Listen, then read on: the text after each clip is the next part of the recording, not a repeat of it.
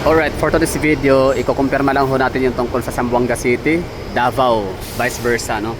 So, sa wakas, meron na tayong direct trip na Mindanao Star ang nagki-cater, no, na bus liner. So, ang kanyang daily schedule of trips from Davao City to Zamboanga City and vice versa ay nagsisimula noong December 9, 2025, and very good, or sana ito ay hindi siya temporary, like normal, tuloy-tuloy talaga to. Booking, asa ba ka book? Online? Doon wala nilang rin yung mga alas 4 kayo mga taga-ano priority number. Okay. So, dali pwede manig mga alas 3, sana alas 2 para mas sure. Oo. Ana, pwede na alas 2, sana sa'yo. Oo, alas 2. Okay. Para magkuha ng Priority. priority number. Alright. So, walay online or walay tawag, hotline, wala. So, kana siya nga biyahe, sir. So kana tong 9, kana sana siya taman. Like, permitted na gana siya. Always na. Ito na, so daily na talaga siya, no? So balikan natin ang daily schedule of trips nitong Davao City to Zamboanga City vice versa ay nagsisimula nitong December 9, 2025. At ang maganda dito kasi hindi siya temporary. Very good, no? So yun ay according sa mga nakausap natin dito na taga Mindanao Star. So itong nakalagay ito alas 10 ng umaga, ng gabi ang biyahe, ha. Tapos yung pangalawang unit naman ay alas 12 naman ng midnight. Pero binago na daw ngayon sa sobrang dami ng pasahero. So ang ginawa ay binaba sa alas 8. Yung alas 10 ay magiging alas 8 at ang alas 12 ay magiging alas 10. Ganon, no? So take note natin yan, and para sa akin na rin sarili yan for the record. Kasi ako ay pupunta rin ng Zamboanga. So ang pamasahe, okay, ano muna tayo? Yung sa alas 8, dito alas 8 na yan, ha? Sa papunta Zamboanga City. Basta kailangan pumunta dito earlier, like mga alas 3, alas 2, alas 3, basta alas 4 ang pinaka-releasing of nila, parang ticket. So booking advance, ganon. Hindi siya babobook online or sa through hotline, kundi actual ka, pupunta ka dito sa loob ng bus terminal dito sa May Lamisa. Galing, no? Very good. So congrats sa ating mga gustong maglalagalag, lalakwat siya papunta sa Zamboanga City. Alright, so yun na nga, alas 8 ang binaba na sa alas 8 ang dating alas 10, tapos ang alas 12 ginawang alas 10 na ng gabi. So ang pamasahe, muna tayo, regular trip ang time. Okay, 23 hours ang biyahe. More or less 23 hours, maaaring 24 hours, maaaring baba pa doon. So ang galing. So ang tanong natin mamaya is kung saan dadaan. Ito ba ay Cagayan de Oro City, Iligan, or Cotabato City? So wala nang tao dito, wala tayong mapagtanungan. Later tatanong natin. So regular trip, yun na yun, ha. Remarks, regular trip. Tinanong ko kung may CR ba to, parang hindi nila alam. Hindi nasagot ko kuya, parang hindi sila sure, ganun. At busy rin kasi nga. So yun na, ha, Zamboanga City. So mga taga Zamboanga na gustong-gusto nyo mamasyal sa Davao City, very good kasi meron na tayong 4 na unit, no? Parang magsalubungan yan sila, Zamboanga to Davao, Davao to Zamboanga.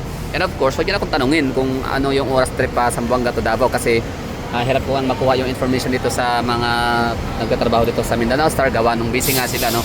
Pero ang mahalaga dito, meron tayong biyahe, dalawa. So punta na lang kayo sa Zamboanga City at tatanungin nyo na kung ano yung magiging tawag nito, biyahe, anong oras. Pero yung tanong ko naman na saan to dadaan, is it via Cagayan de Oro City, Iligan, or via Cotabato City? So parang masasagot din natin yan pala dito ngayon kasi andito nakasulat, basta ang pamasahe ay andito rin, 1,278 pesos ang pamasahe Davao to Zamboanga, and Zamboanga to Davao, di ako sure, baka parehas lang, no?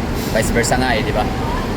Okay, so Zamboanga City, Davao City. So kailangan advance booking, no? For the record, para sa aking sarili yan, information. Kasi yan pa na talaga ang namumukod tanging highly urbanized city sa Pilipinas na hindi ko pa napuntahan, Zamboanga City. At isa talaga yan sa pinaka magandang syudad din, no? At mayaman. So makikita natin yan one day soon. Alright? Davao City, Zamboanga. Okay, ang full fare okay, yung palang 1,278 para sa mga SP or discounted fare. So pag normal is 1,500, or regular rather, no? Regular fare is 1,598 or 1,600 na lang, no? Let's make it na lang, round up. Yun. So ang madadaanan niya ay via Digo City, Kidapawan City, Kabakan, Midsayap, Cotabato City, Pagadian City, Buog, Imilda, Ipil, and Zamboanga. So ibig sabihin, yan ang madadaanan. Pero advice ko lang sana hindi na sila magpapasakay ng papuntang Digos, papuntang Kidapawan, papuntang Kabakan, papuntang Midsayap, at papuntang Cotabato City. Kasi meron namang mga bases papunta talaga sa Cotabato City, papuntang Bisaya, papuntang Cabacan, Kidapawan, and Digo City. Kasi for example, merong lima, di ba? So ilan yan sila lahat? 10, 25, di ba? 25 seats ang ma-occupy na dapat sana ay para sa mga pupunta ng mas malayo ng Pagadian City, Buog, Imelda, Ipil, and Zamboanga. Ano? Okay. So, yan yung ang information na nakuha natin dito. So, 1,598 ang pamasahe. So, ang oras, yun na nga, alas 8 ng gabi, alas 10 ng gabi ang biyahe.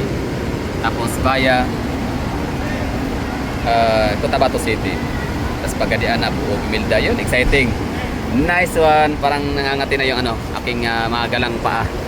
So, titinan natin yan. Ito pala nakasulat din. Bobo ko talaga sa reading comprehension. So, ito yung Davao to Zamboanga. Regular trip. Tapos, ito naman yung Zamboanga City to Davao City. Okay, regular trip. Same ang pamasahe. No?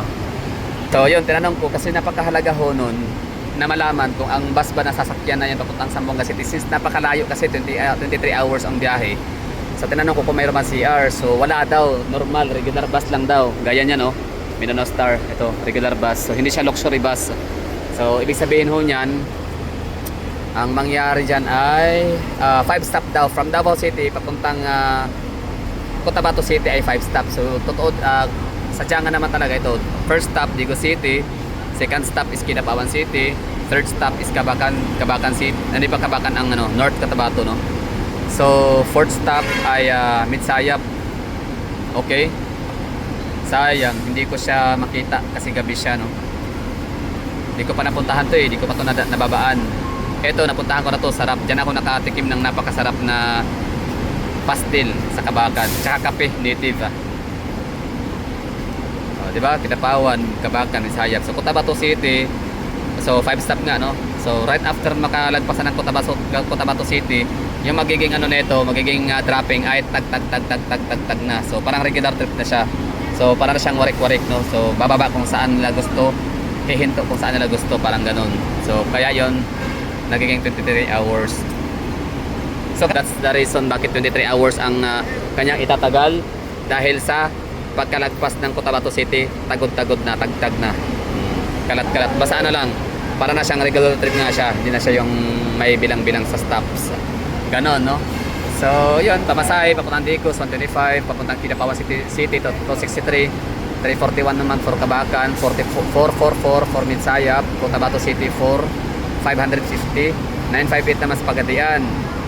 Yan ang bagong ngayon parang regional government center sa Western Mindanao or Zamboanga Peninsula. Kung di ako nagkakamali, let me know in the comment box. So, just like Negros Oriental Island.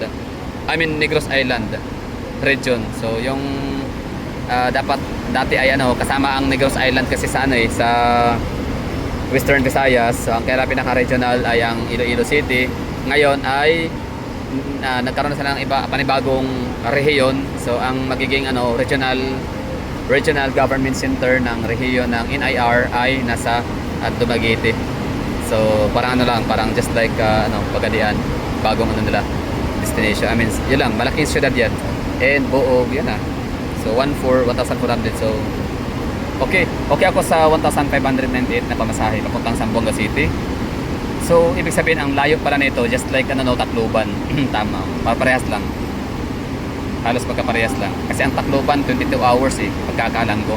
With the fare of 1,499 pesos. That's last year, no? Baka nagtaas na ngayon. So yun na, we're done. So maraming thank you sa mga nanonood dyan, sa mga taga Zamboanga, no? So happy tayo, mga taga Davao na gustong pumunta ng Zamboanga, and ganoon din sa mga taga Zamboanga gustong pumunta ng Davao City. Meron na tayong masasakyan. Although minsan maganda rin naman mag-eroplano. Meron naman eroplano Davao to Zamboanga, kaso nga lang ay kailangan magaling kang mag-spot, maghanap ng tawag nito. Magaling kang maghanap ng promo, di ba? So dapat advance booking. So itong bus, maganda to kasi para sa mga mayroong emergency. Alam niyo yun, kasi fixed talaga ang price. So that will be all. Thank you for watching.